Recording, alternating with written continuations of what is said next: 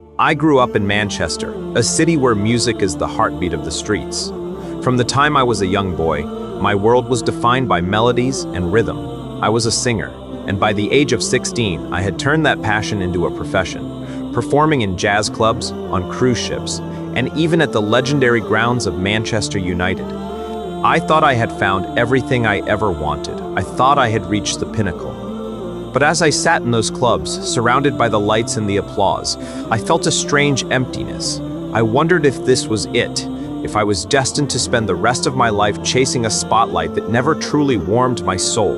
My spiritual journey didn't start with a grand gesture. It started with a pen and a piece of paper when I was only 7 years old. In Sunday school, I was asked to write a song about faith. I titled it Jesus and God. But when the pastor saw it, he took my paper and changed the words to Jesus is God. Even at that age, a light went off in my mind. I couldn't accept it. I felt, with a child's simple logic, that Jesus was a man, a messenger, but not the creator. That was the first time I felt a disconnect from the religion I was born into, a seed of doubt that would grow for years. Then came 9/11s. I remember being in a woodwork class when the news broke. The world changed that day, and so did my perception of Islam. Like so many others, I fed on the headlines. I saw the wars in Iraq and Afghanistan on the news, and I cheered. I thought Islam was a religion of darkness, and I wanted those bad people caught. I had no idea that the very thing I feared was the very thing I was searching for.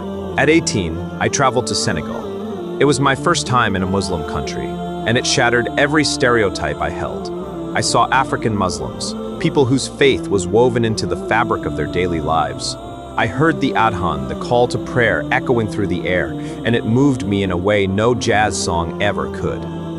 I stayed with a local family, ate on the floor from shared plates, and witnessed a level of peace and hospitality I had never known. I remember a moment in Senegal that changed me forever. My host brother's 105-year-old grandmother passed away. I found him sitting on his bed, weeping. I tried to comfort him, telling him she was in a better place. But he looked at me and said, "John, I'm not crying because she's gone. She was a believer. She is in Jannah. I'm crying because I wanted her to meet you. I wanted her to pray for you to become Muslim before she died." It hit me like a physical blow. Why did my soul matter so much to a stranger? Years later, while researching in Egypt, I realized that Islam wasn't an ethnic religion you were just born into. I saw videos of Westerners, people who looked like me and spoke like me, embracing the faith. I began to challenge Islam, looking for flaws, trying to prove it wrong, but the more I attacked it, the more the truth of the Quran defended itself. I eventually walked into a mosque, fasted my first Ramadan, and said the words that changed my life. La ilaha illallah, Muhammadur Rasulullah. When I returned to England, the transition wasn't easy. My family and friends thought it was a phase, a temporary madness that would pass in a week.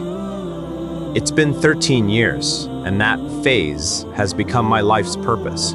Learning to pray 5 times a day was my biggest hurdle. At first, I was so overwhelmed, I'd wait until the end of the day to do them all at once, just to say I did it. But I eventually learned that those 5 moments are not a burden. They are a lifeline. My life used to be about the pursuit of fame and the next gig. Now, my purpose is much higher. I want to see the Creator.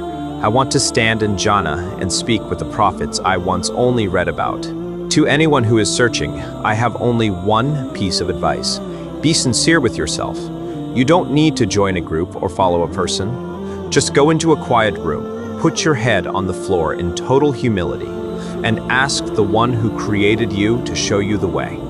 If you ask with a sincere heart, the answer will come. I can help you design a set of social media posts or a short video trailer to promote this story. Would you like me to do that?